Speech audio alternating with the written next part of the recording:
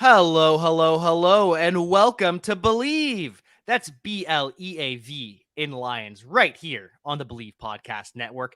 I'm your host at Cavanagh87, Jack Cavanagh, and as always, I am joined by the governor, the third round pick of the 1987 NFL draft for the Detroit Lions, a three-time Pro Bowler with 32 and a half career sacks.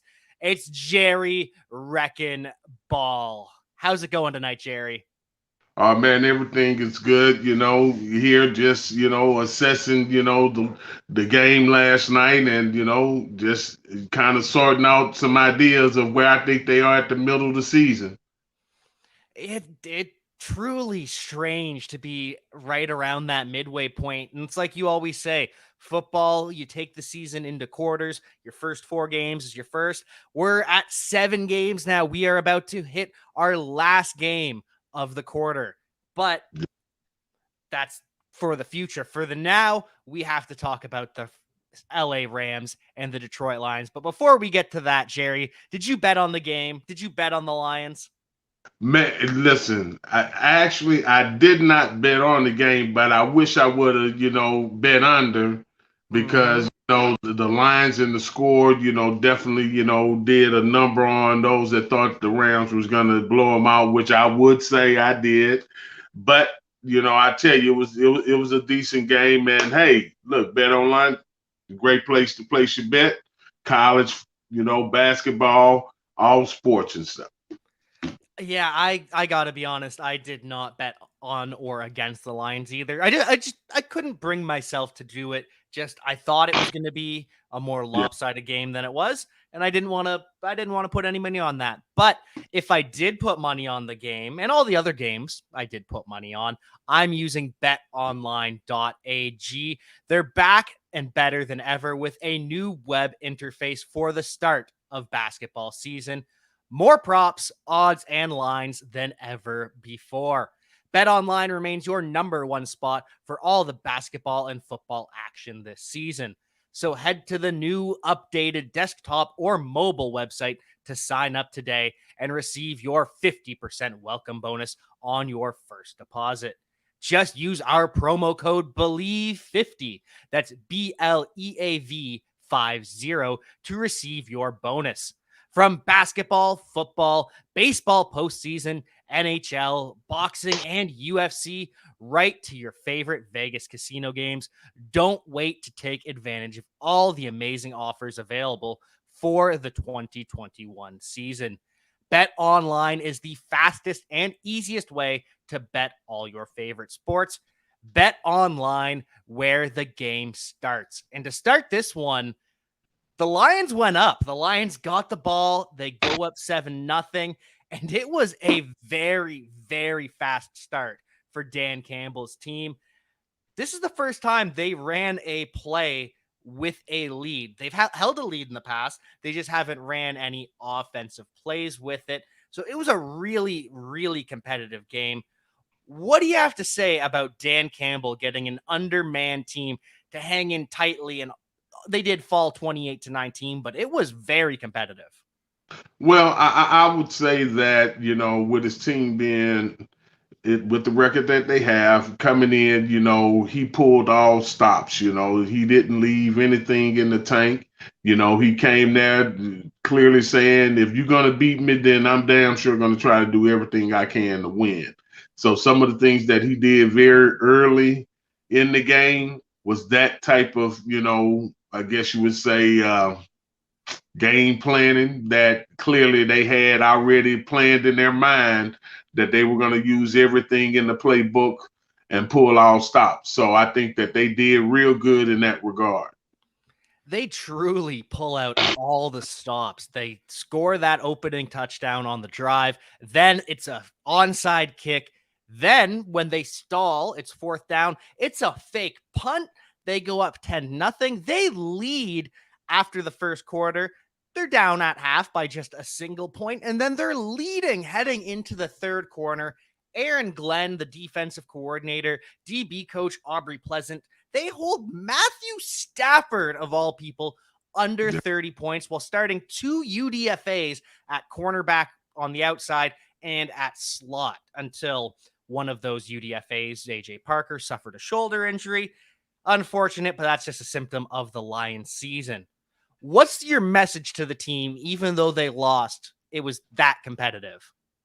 Well, just to kind of back up before I would point to some positive things that I think one, when you talk about defense, the combination of the offense controlling the ball in that first quarter, whereas Matthew Stafford didn't get a chance to touch the ball until 7 minutes had already been ran off the clock. That's the best defense that you can always play from a standpoint, whereas your offense keeps the ball. Then, secondly, from a defensive standpoint, Aaron definitely put the guys in great positions, and they did disrupt, some of the stuff that Stafford, and it took him a minute before they could get their rhythm. But they still showed that they were a good team, because one of the things that I had spoke to about Jared Goff before is being able, no matter what's the scenario, keeping your composure. Matthew Stafford did that. When he's down 10-0, just getting the ball, and he could have felt that it was a need to rush his game, he just sit back and he dinked and ducked and got down the road, got three, then came back, and again, just stayed in the game, stayed poised and stuff. But I would say that, the Lions, in terms of how they played, was very gutsy. Very gutsy indeed. That is the defining word of the game for the Detroit Lions. Gutsy, or perhaps ballsy, even, if we want to go that far. All right. Well, yep. And then now to answer your question, which again, I try to stay on point. You had asked you what would I say to the team? Well, one, those type of plays are, plays, if you put them in a statistical aspect where you use probability, those plays, from a probability standpoint, don't work most times. So that means that you're going to have to settle down and play football at some point. And I think, being able to rally the troops and get the team ready the way that he wants to get them engaged and stuff, those type of plays and that type of energy can create the momentum and create the spark plug. But then at the end of the game, were you able to run the ball? Were you able to throw the ball? Did the defense hold up on the run? Did the defense hold up on the pass? Did special teams win in those phases? Because it's 3 phases of the game. So regardless of what plays are called, was it executed? Whether or not for us it's a trick or whether or not for them it was game plan. But they're going to have to settle down and have to play some ball, because now teams are going to start getting better. You're in the middle of the season, and teams that wasn't as good as they were in that first quarter, those first 4 games, now are starting to get used to their personnel, especially if they're not dealing with injuries, and they're going to be better. So they have to, do more. And that's one of the things Dan Campbell talked about after the game is the Rams made mistakes not covering both of the fake punts that the Lions had, the onside kick. They made mistakes by not being ready, but they're Yeah. the Rams. They're a Super Bowl contender every year. They can make up for those mistakes. The Lions, when they make mistakes, it just means a little bit more right now. And so Matthew Stafford, a fitting tribute to the Detroit Lions, another fourth quarter comeback. He had 31 during his time with Detroit, ends up with the victory, 334 yards, 3 touchdowns. Just Matthew Stafford did Matthew Stafford things. And after the game, just was the complete picture of class and grace, much like Jerry Ball, to be honest. He talks about how humbling it was and how much it meant to have all of the number 9 jerseys on both sides of the field. I know you've talked about it. You weren't the most popular guy when you came back to Detroit on the field. When you were outside, things were good, but people were angry when you were making plays against them. Yeah, yeah. Well, I tell you, like I said, the fan, is going to be that fan 100% of the time. So when you're on their team, they riding with you. They could love you. You switch teams, they gonna still love you, but you come up against the Lions, it's nothing nice. But and they'll reach and then after the game, if the Lions win, they'll tell you, hey, great job, Jared. But if we thump the Lions, then it's like, ball, we don't like you. Get out of here. I'm sure it was only that. It was about that polite. That never went too overboard, right? They were still kind. Well, no, listen, man, I'd have been called fat ass and all kind of things. Oh yeah. Oh yeah. Yeah, How disrespectful. come on. Look, fans are vicious up there in those stands now.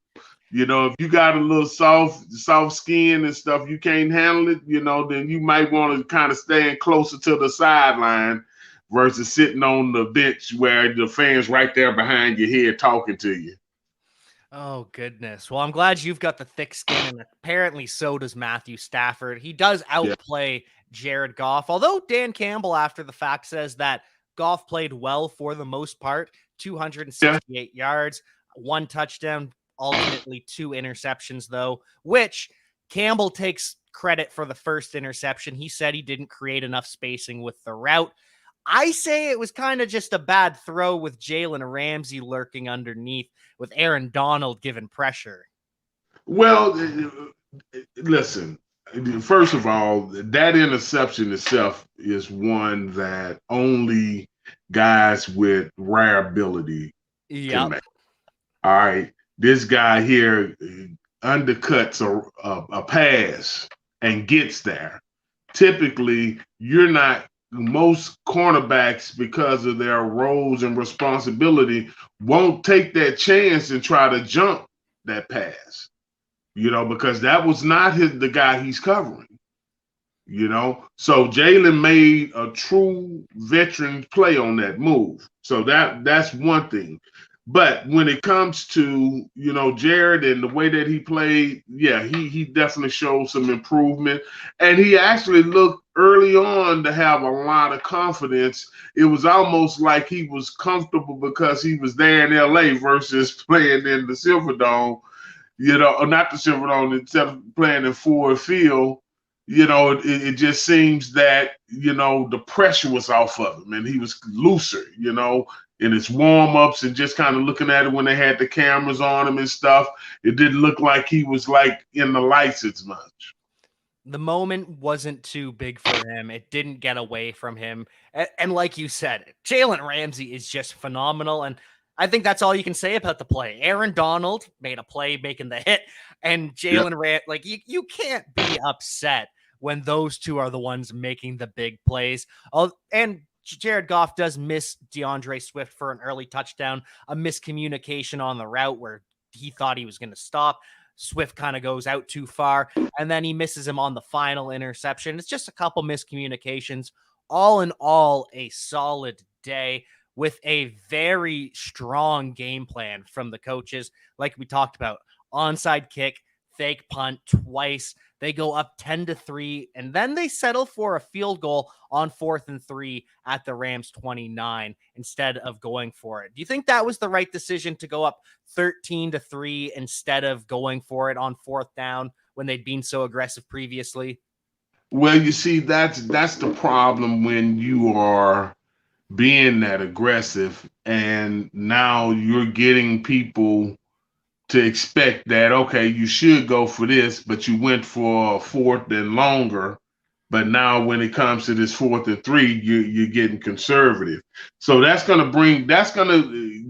since that's his style of I guess play, because he's done it quite a bit in these first games. I mean, he's went for on 4th down at least 5 times already?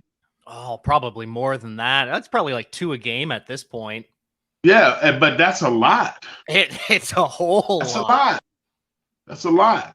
And so maybe, statistically people will have to chart him for that. But, you know, 4th and 3, it's all about, again, the feel of the team, the rhythm of the defense, how they planned, what the offense feel, And getting three at any time you're getting in scoring position is just as good as a touchdown because you want to walk out of there without points. If you don't get the first down, then you've given them the momentum emotionally too.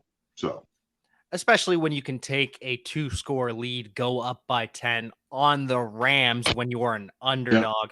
I think you do have to take that decision. I was very happy to see that.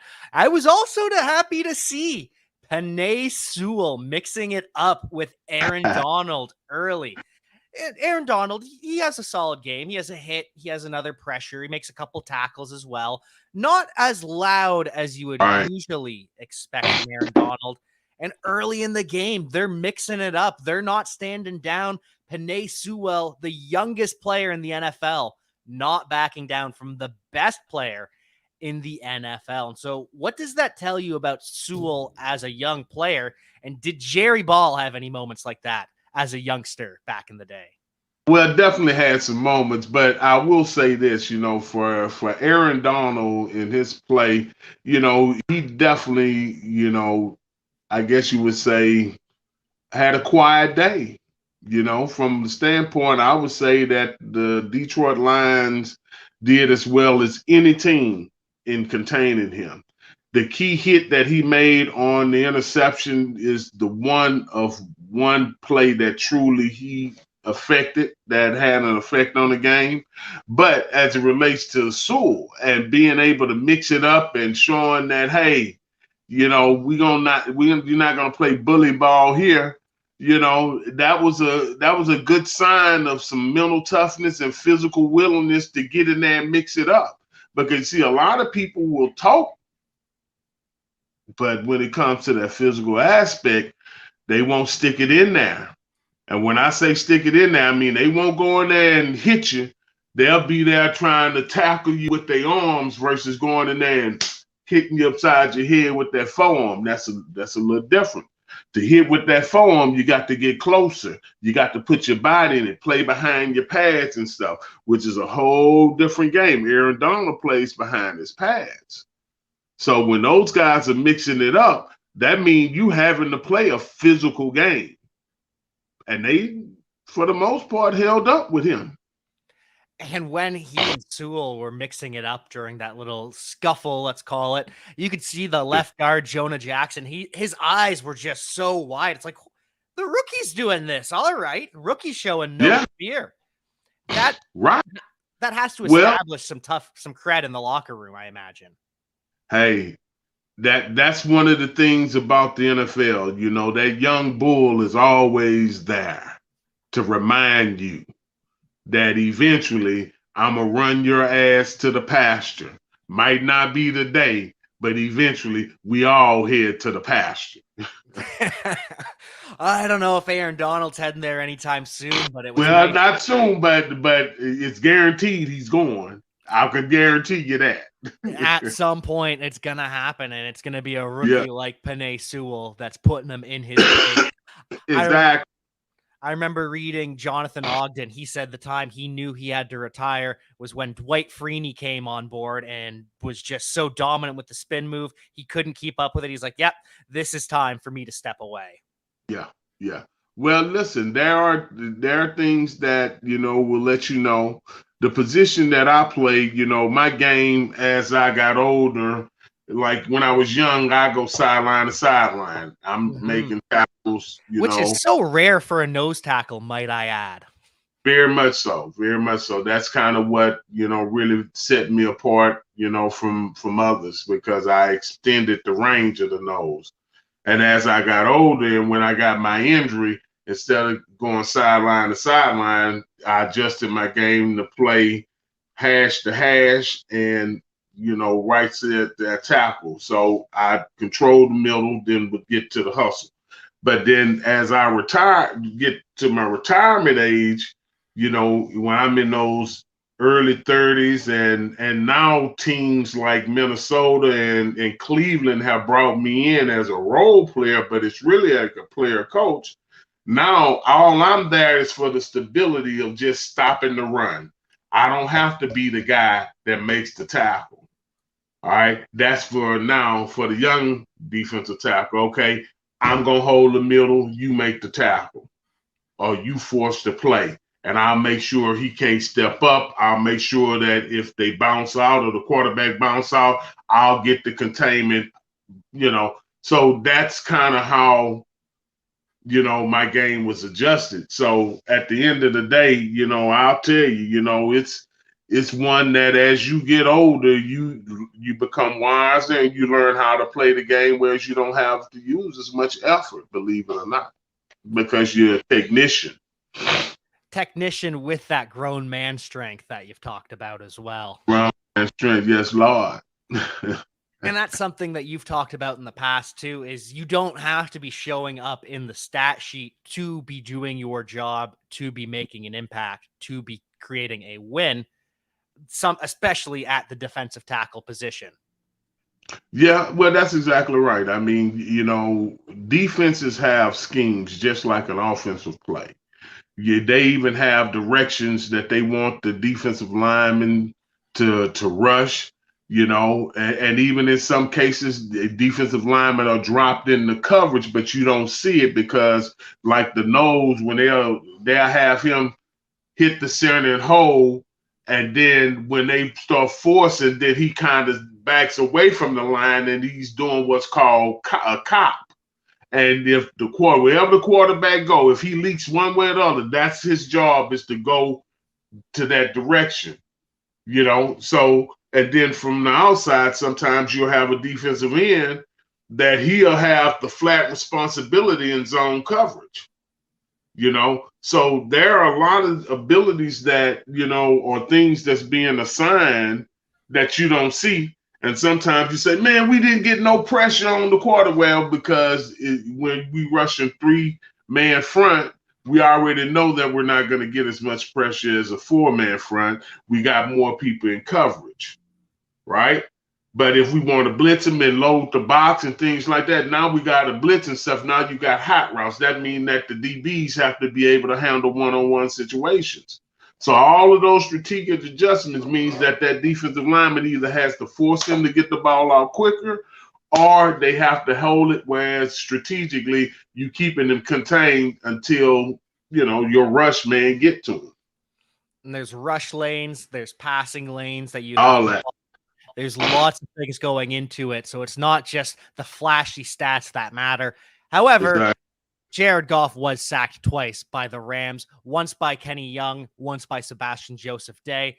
But back to Kenny Young, the linebacker, he was traded today. He starts versus the Lions, and he's traded for a 2024 sixth round pick, which is just, and this is the second time it's happened for him as well. Kenny Young was part of the Marcus Peters deal that sent the former All-Pro corner to the Ravens. Mm-hmm. That's just show business, though, I suppose. But what's it like being told, hey, you got to go to another city now? Pack up. Hey, this is the business. It's football, baseball, basketball. This is truly business. I remember. I'm not going to tell the whole story, but I probably can say it because Denny and I had a great relationship. But I was with Cleveland on the expansion team in '99, and I remember Dwight Clark, the former San Francisco GM, rest his soul. He called me, said, "Hey Jerry, look, we got a call from Minnesota. They're interested in trading for you back. Now you got to recognize that I'm in my 13th year, right? So here's a team that's willing to give up a player that's in his 4th year and a 3rd round draft pick for me to come back to Minnesota in my 13th year." Okay. So that was huge. But when that happened, this is like a call on Monday. I done went to work. Now I'm back at home. I had stopped, got me a little groceries, about to cook me something to eat. They tell me that I got to pack up because my plane leaves in about an hour and 20 minutes. Whew. I got an apartment. I got a little car situation with a dealer. Listen, still today, right now, I have no idea absolutely where the furniture was or where it is, I literally just packed what I had. I asked a friend that I knew in Cleveland to go by there and take all my stuff out the closet and send it to me. And I said, Wow. take and drop the car off at, that dealership that allowed me to drive the car for the season. So it's one of those things where it can happen at any time. You can be cut at any time. I remember one year with the Lions, and I'll make it short. For some reason, there was at least 7 guys in the season that they put in the locker right next to me. And I never forget it because Jimmy Williams, that was his locker the year before. So Jimmy Williams, which was the number 1 draft pick for the Lions before I got there, he and I were locker mates. So the next year, everybody that sat in that locker was getting cut. So I remember about the 6'7" guy. I told him, I say, listen here, man. I don't know what's up with this locker right here, but if I was you, I'd tell them put me anywhere but this locker. I said, man, you the 6th person that sit here, and I said, I'm telling you, everybody that sit here gets cut. And the guy said, really? He didn't hear me. But that next guy, the 7th guy, his name was Mark Brown. He came from Miami. He was a linebacker. And he heard me. And he actually asked him, hey, man, can I have that one right there on the end with right next to the shower? He's made the team. And he definitely wouldn't have if he stuck with the original locker. Yeah. So change happens all the time. And you got to know that every team, when you go into their personnel room, there's a board that's like a classroom, right? And they have every player rated on their board at every position throughout the whole league. All right. So they might put up the top 20 players that are tight ends. So they only interested in these top 20 players. So if they're going to strike a deal, they got to be on their board. If they're tight end not on their board, then okay, you want to make a deal. We're not interested. But these one of those 20 call, okay, let's talk. And that's kind of how personnel decisions are made. you know? It just moves so fast. And there's Yeah, rumors that Trey Flowers may be traded out of Detroit. yeah. And he did suffer a knee injury in the game. He does come back, so that's good. But with that, it leads to more snaps for the young defensive lineman. Charles Harris, he leads the way with 52 snaps, but Julian Aquara plays about the same amount of snaps as Trey Flowers. He ends up getting his second career sack on Matthew Stafford, which must be a great feeling. And I've got to know, what does it sound like when you sack a quarterback? Is it like a balloon deflating? What is it? Well, what's interesting about, the whole stadium noise and when you're on the field, when you're actually in the game and you're focused, you really are focused on the sounds that are in your immediate area. Everything else is like static, right? Unless it's something going on with band or some type of presentation where you see something that is, outside of the norm. But for the most part, when you get a sack or make a touchdown, the people that you hear are your teammates, and they're right there celebrating and stuff, and you can focus on them. And then as you're getting away from it, then you can kind of pick up here and there. Certain fans might holler, but for the most part, it's the love from your teammates that you're hearing and looking for. Gotta be a lovely sound. But the QB doesn't make anything, no groans or grunts or anything like that. No swearing on the way down. Well, yeah. Well, I tell you what now, the NFL cleaned up a certain aspect where when I came in the NFL, it was understood that at any time the quarterback throws an interception, that the defensive linemen are to search for the quarterback because as Mm. a rule, they feel he's going to be the one that makes the save and tackle. So because of that, quarterbacks became hunted.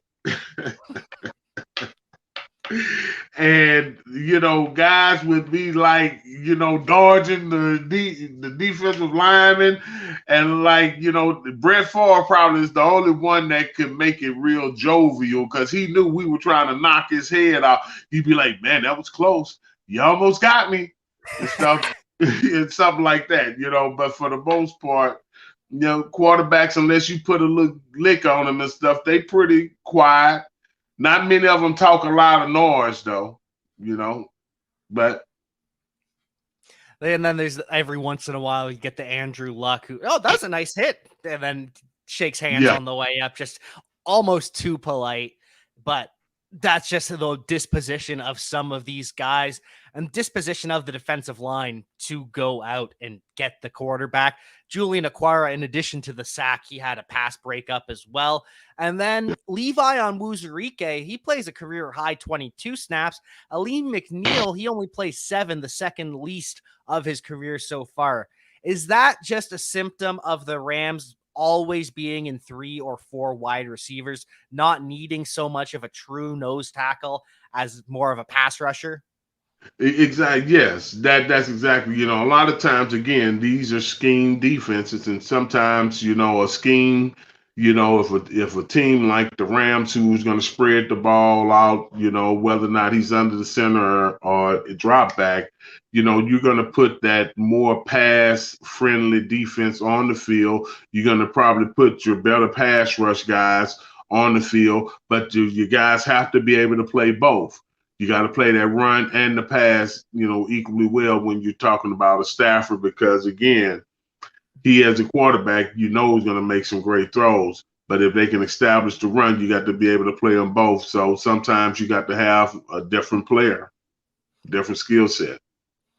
And sometimes you just need a big time player to make a big time play, which is exactly what our guy DeAndre Swift did. 63-yard catch and run for the touchdown on the first drive. He ends the day 48 rushing, 96 receiving as a running back, 144 yards from scrimmage.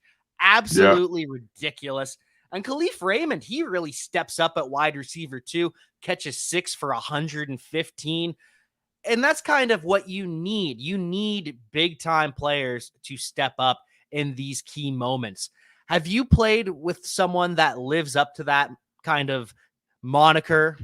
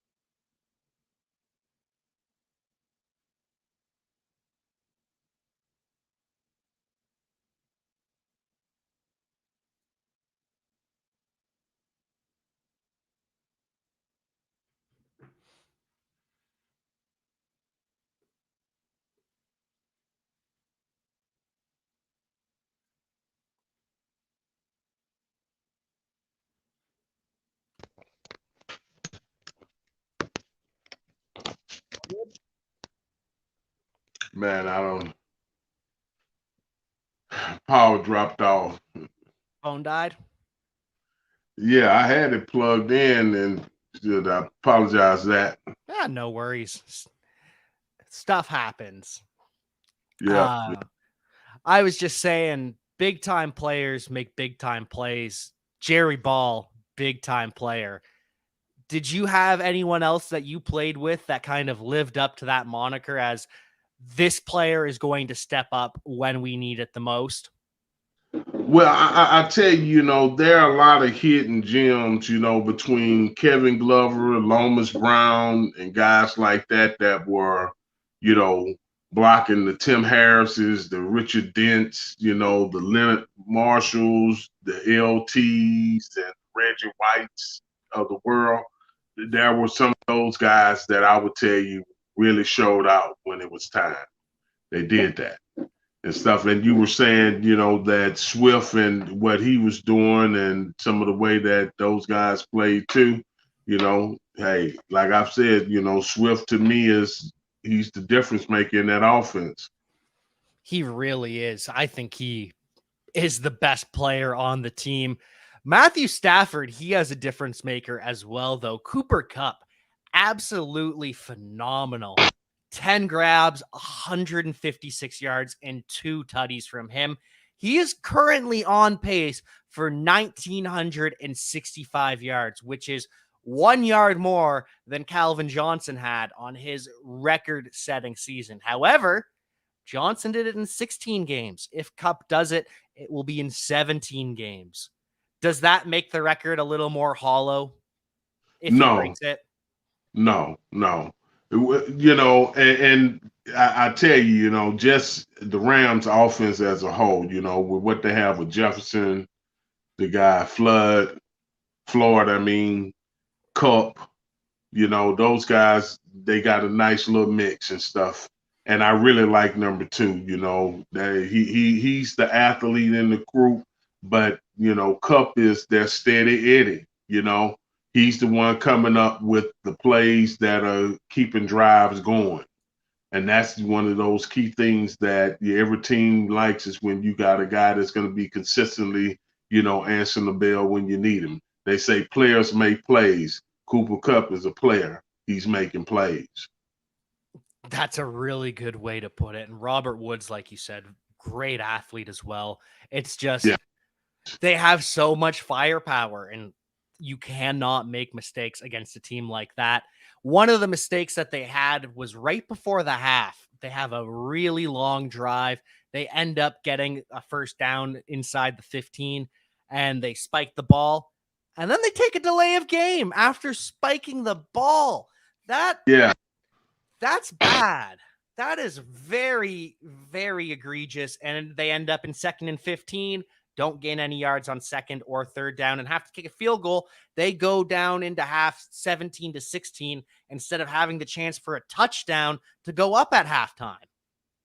Yeah, that was an odd play, and that should have been handled in a better scenario and situation and stuff. That was a real odd scenario way that took place at that moment. And then another kind of mistake, or we'll let you decide it. First drive of the third quarter, it's over 6 minutes. It's 11 plays. 3rd and 1, no gain on a run. 4th and 1, they go for it.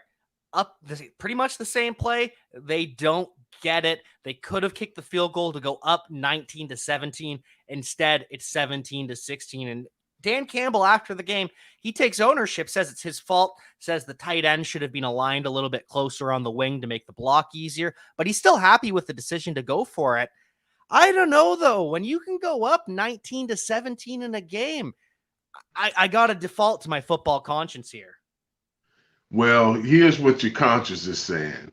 Anytime that you're in the red zone or have a position of getting 3 points versus 7, go on and get the 3 points. Again, we keep getting in a scenario where he's going in these fourth and whatever the distance is scenarios and not getting, then what you become, you start perfecting not getting it versus executing each one. That's not the type of success.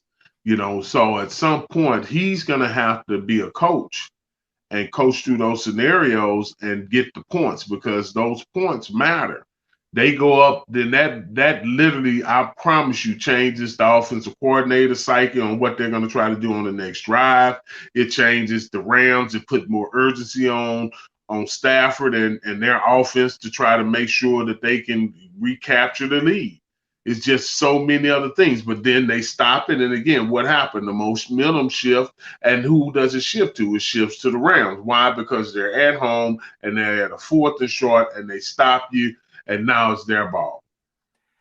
You And know. then the Lions thankfully get a stop. Next time they get the ball, they kick a field goal, Yep. then take it up 19-17.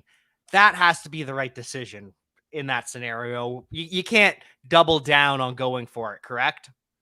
No, you can't. Again, at some point he has to look at the scenario and understand how his defense is playing, how his offense is playing. But anytime you're in that area red zone where you can get points, get the points.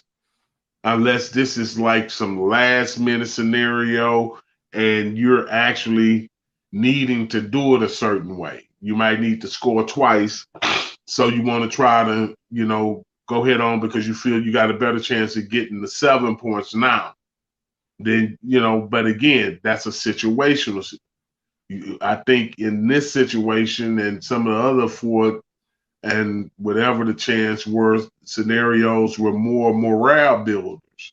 There's really not considered sound football. That's the truth of it. And anytime you can take a lead on the road as an underdog, I think that you have to do it, even if you're settling for three. I think, and I'm glad he did that time. Yeah. Rams Rams do end up scoring. They go up 25-19, and another long drive by the Lions. They convert on third down 4 times on that drive. They'd only done it twice the previous 3 quarters. And that's when the interception that Dan Campbell takes the blame for happens. And that was it. That was the end of the game. And at that point, it was out of hand. The Rams kick a field goal to go up another 3 points, and that was it. That's all she wrote.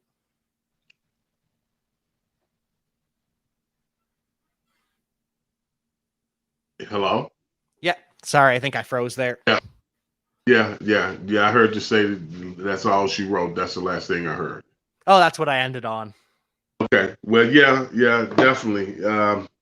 But I will say that the Lions did have some good highlights and stuff, and they had some players that I feel were, you know, had solid performances. Absolutely. And as Stafford says, they threw the kitchen sink at us today. They really played hard. You got to give it Yeah. up to Detroit. They're a tough out, always have been, always will be. And I want to stress, always have been, all the way back to the days of Jerry Ball. It was not an easy out playing the Detroit Lions, and it's never going to be. No, not in NFL at any week, any team can beat the best teams. That's the one thing about it. Everyone that shows up in a uniform is considered a pro. And this game truly was a sign of that. And so we've got to know, what was the PB&J play of the day for Jerry Ooh, Ball? Who threw the kitchen sink the hardest at Matthew Stafford, whether it's offense or defense?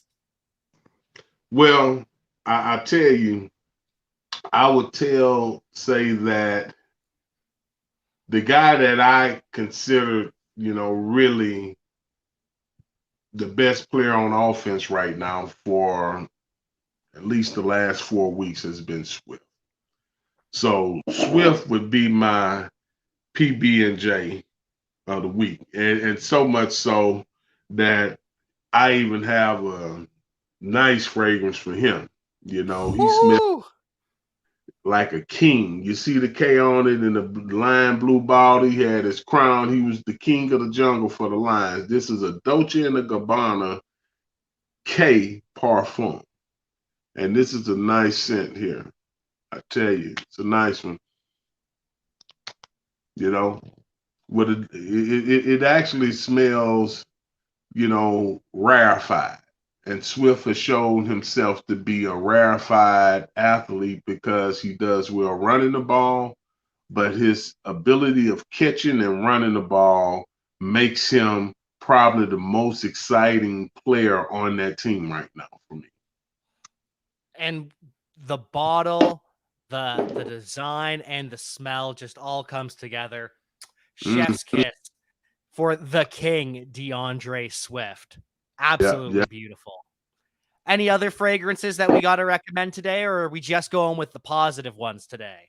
No, I got a positive one for Coach Campbell. I think this fragrance here probably represents the attitude that he have. I'm a Star Wars fan, and a lot of times people, take Darth Vader as being, just bad, He's but I complicated. think There's more to him. he, he's complicated, and Darth Vader really is just opening up an opportunity of doing things a little different. So I think this fragrance itself represents Coach Campbell the best. And this is John Varvatos is called Dark Rebel. Now this is has like a liquor, rum, and leather smell, very unique. Got a leather jacket, but this is the reason why I say the name itself, Dark Rebel. But Coach Campbell got a kick-ass attitude, and this is a kick-ass attitude type of fragrance. Like when you walk in the bar, if you was a CC rider back in the day, and you walk in there and you're asking for a beer and they get an attitude and then you whoop everybody ass in the bar. The Dark Rebel. I can see Dan Campbell do it. That is Coach Campbell to a T. Yeah, yeah. And it's a good smell too. Unique. It's probably not for everyone, but if you like leather fragrance, it's a nice fragrance for sure. It's one of John Varvatos' ones that a lot of people try to put their nose on. I suggest everyone try to put their nose on. Does well in the winter. We're in the fall winter season, so this is what we're gonna have for Coach Campbell. Every time he shows up, this is gonna be his scent. Dark Rebel Dan Campbell. I Okay. absolutely love it. So we've got the fragrance for DeAndre Swift because he deserves it. We've got the fragrance for Dan Campbell because he deserves it. Just hats off to these two gentlemen here Yeah, on the Detroit Lions. Any yeah. any other fragrances that we got out there, or are we wrapping it up just those two for today? Well, we got some gray areas. Okay. I This is a flanker of the one, and it's called Gray.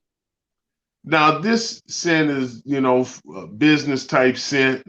And because we're around the trade deadline coming up, some players may need this gray scent because they're in the gray area of their career. And because it's business, they might want to wear it to the office in case they get traded. This is for all of the players that might find an exodus here in the next week. So for all of those players out there that want to make a good impression when they're traded and told you have an hour for your flight, wear some Yeah, gray, make a good impression on your new bosses. that's a Dolce and Gabbana as well, but it's a nice scent, definitely business class. Love it. I can smell it from here. And I've got to ask, with this next game coming up against the Philadelphia Eagles, Lions are 0-7. Jared Goff is feeling the pressure, and he acknowledges, I haven't watched the game film yet, but he believes there's more stuff that they did right. It's getting better than last week. They're heading in the right direction, but at the same time, our league's based on results. No one cares if you're getting better or improving. It's all about winning or losing. So does that mean this is a must-win game for the Detroit Lions? Well, I think they have to take the attitude that all games are must win now because of the simple fact that if you don't win, at least if you lose two or three, you eliminated from the playoffs early on. I think, one of the things about Jared that we didn't mention, I've been critical about, how he is in the pocket. But when Jalen Ramsey put that hit on him early on, I thought he was gonna go in a shell, and he didn't. So that was one of the first times that I seen him respond well.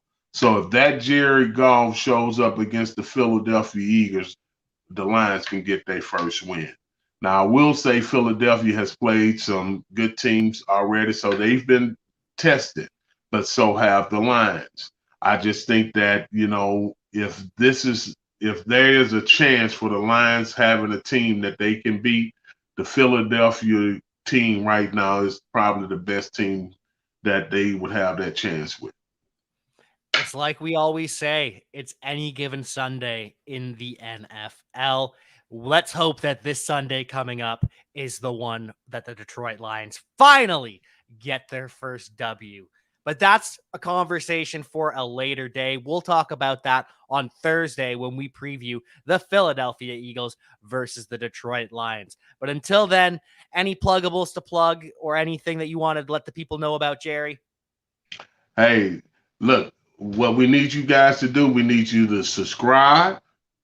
We need you to hit the like or unlike button, and we need you to leave a note because what that does, that helps us with the algorithm and get other people to see our channel and invite a friend and share. We appreciate you for everything that you do and love being here with you.